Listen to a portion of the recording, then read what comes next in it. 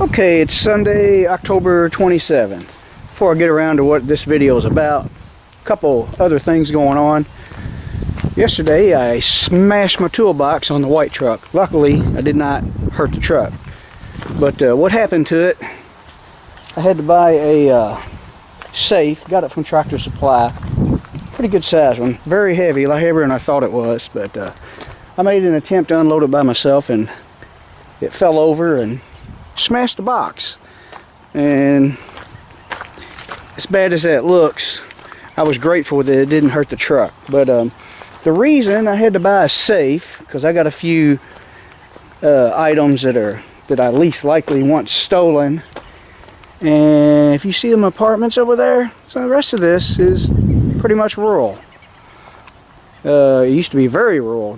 There's a subdivision behind that tree line that used to be a farm. But those apartments are Section 8, affordable housing. And they've been up there for about a year, and just as I predicted and expected, that house right there got broken into Wednesday.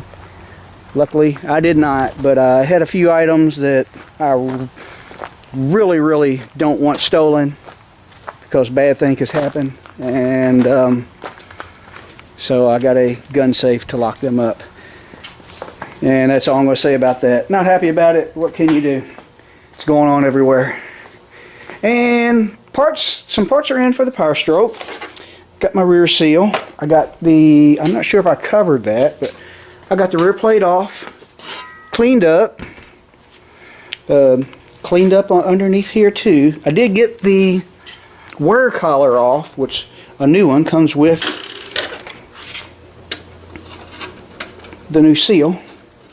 So we got that ready to go back on, and I ended up removing the old one with a chisel. And the old one has a pretty good groove wore into it, which would cause it to leak. But mostly the seal wasn't leaking. It was the seal between the plate and the oil pan, as I showed you in earlier videos. But we're not going to work on that today. And I did get my transmission cleaned up.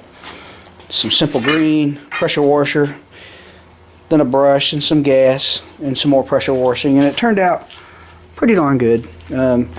My gasket came in for this. I ordered a gasket kit for the transmission, and I was hoping I would have a gasket that goes between here.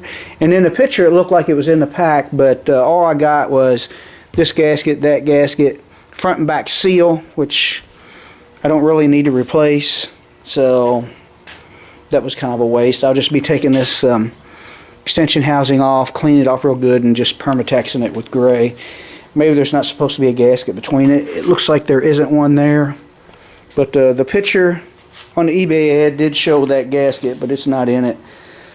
So what we're going to do today is we're going to winterize the 64 Fairlane. I've run my last race for the season, and after this weekend they're done, which they're having something today, which was meant to be yesterday, but it's been raining for 2 days, and it's not a race that I would be involved in. So I'm done, and I'm really kind of glad, because I need new tires, and I had been trying to compete with old hard tires, and this wasn't going my way. Also had the wrong compound, which I mentioned in an earlier video, so we're going to get the right soft compound tires for this in the spring, and hopefully I can make a better effort to show up every weekend and maybe do a little better. We'll see. Car should not need anything, but what I'm going to do is I'm going to drain the water out of it, flush it out, put antifreeze in it, air up the tires good and tight, put some jack stands under it, because one of them will bleed down over the winter, I know. And I'm going to undo all the rocker arms, and I'll explain to you why I do that later. But first, let's just get it fired up.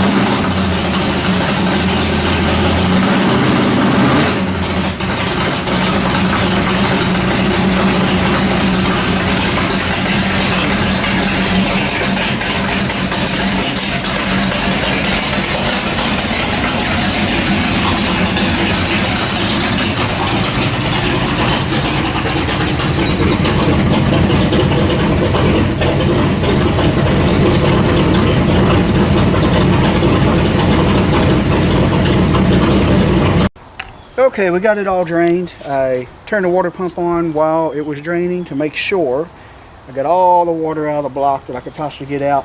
And I found my antifreeze, which I use every year to put in this car. And of course I got the plug on, the valve turned back off, the drain valve. And I'm going to turn the fan and water pump back on. Actually all I need is a water pump, but it's all wired together. And I'm doing that so that there's a little bit of heat in the engine. It's cooled off quite a bit. Just so it cools it down gradually. I'm just going to strain this antifreeze through the rag in case there's some dirt in there.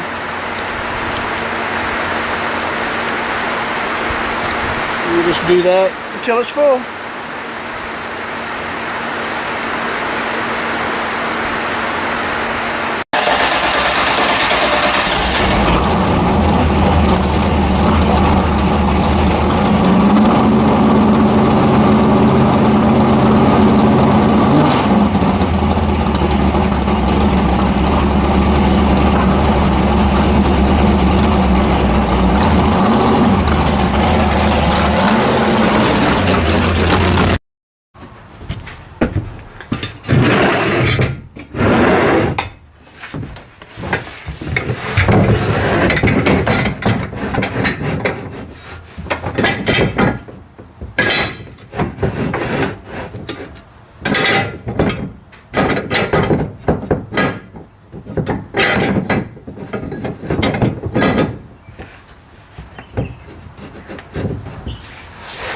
I do this because slicks are not known, especially when run tubeless, to hold air all year long.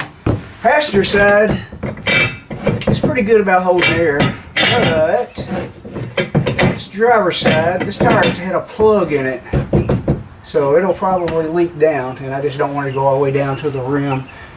If I can find me some little wooden shims or maybe some thin boards to go under these, and then I'll have my jack stand perfectly up against the housing.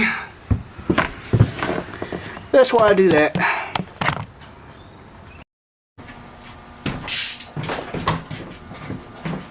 So now all I got left is to pull the valve, undo the valves. I won't do them all. Only the ones that are open. The ones that are already closed, we just won't rotate the engine and they'll stay closed. And the whole purpose of this is, since it'll be sitting all winter, is to protect the seats. Kind of like if you watch a lot of old starts where a car's been sitting for a long time. The first thing they have to do when a car's been sitting for a long time is sometimes they have to unstick the valves, and it's always the ones that are open. At least the seats will be corroded. And those are usually the ones that have the least compression because of the corrosion. Not that this will sit long enough for any of that, but it just keeps my stuff fresh and clean. It seals those seats up over the winter, and won't be no worries of anything rusting up.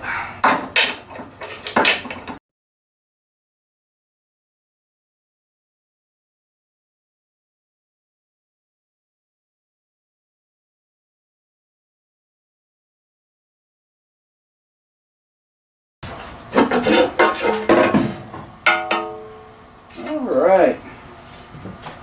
Nothing tore up, not that I thought it would be.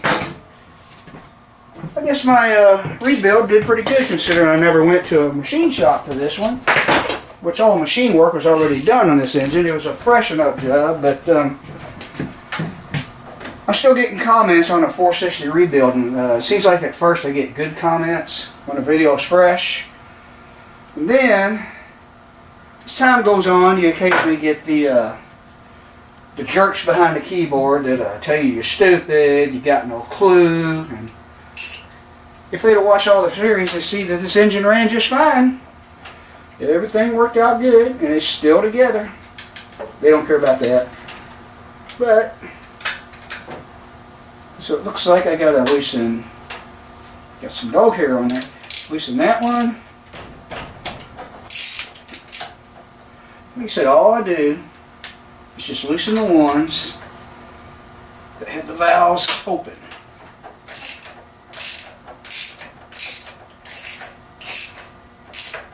It's not too many. It looks like 4 of them.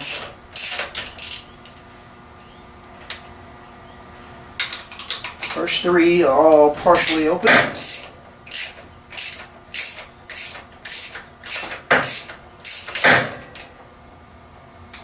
Closed, closed, closed, closed, and partially open way back in the back.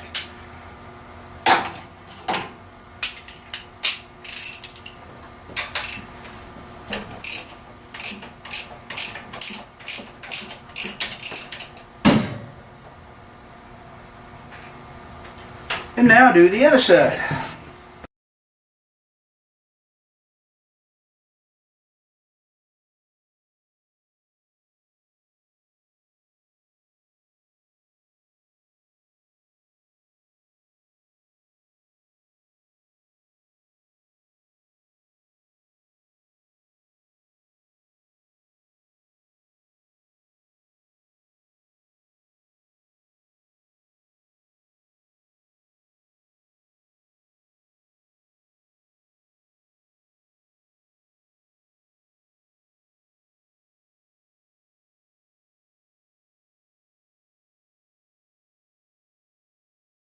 Everything's loose now.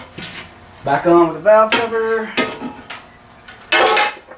my fuel line back up. I'm not going to put my valve cover bolts back on because I'll just be removing them again in the spring when I go to start this up. But I will hook my fuel lines up just to keep that sealed up. I need one of them covers for my carburetor. I use a rag for now, but I may have a bowl that's a perfect size. It's just spending money for something that's just going to cover it up.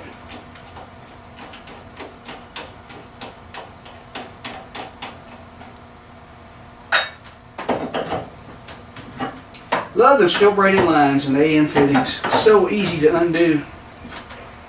I used to try to get off cheap and make my own aluminum lines with compression fittings and flare fittings. And it was always leaking and I was always having to redo them. Best money I ever spent, steel braided lines.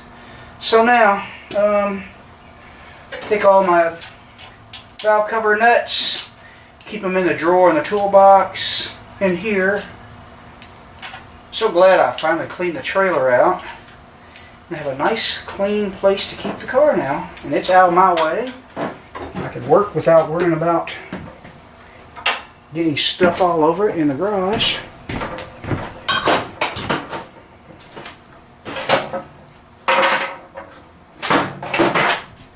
Okay, so I can leave everything like it is.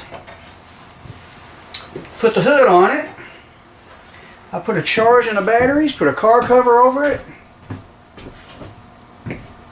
And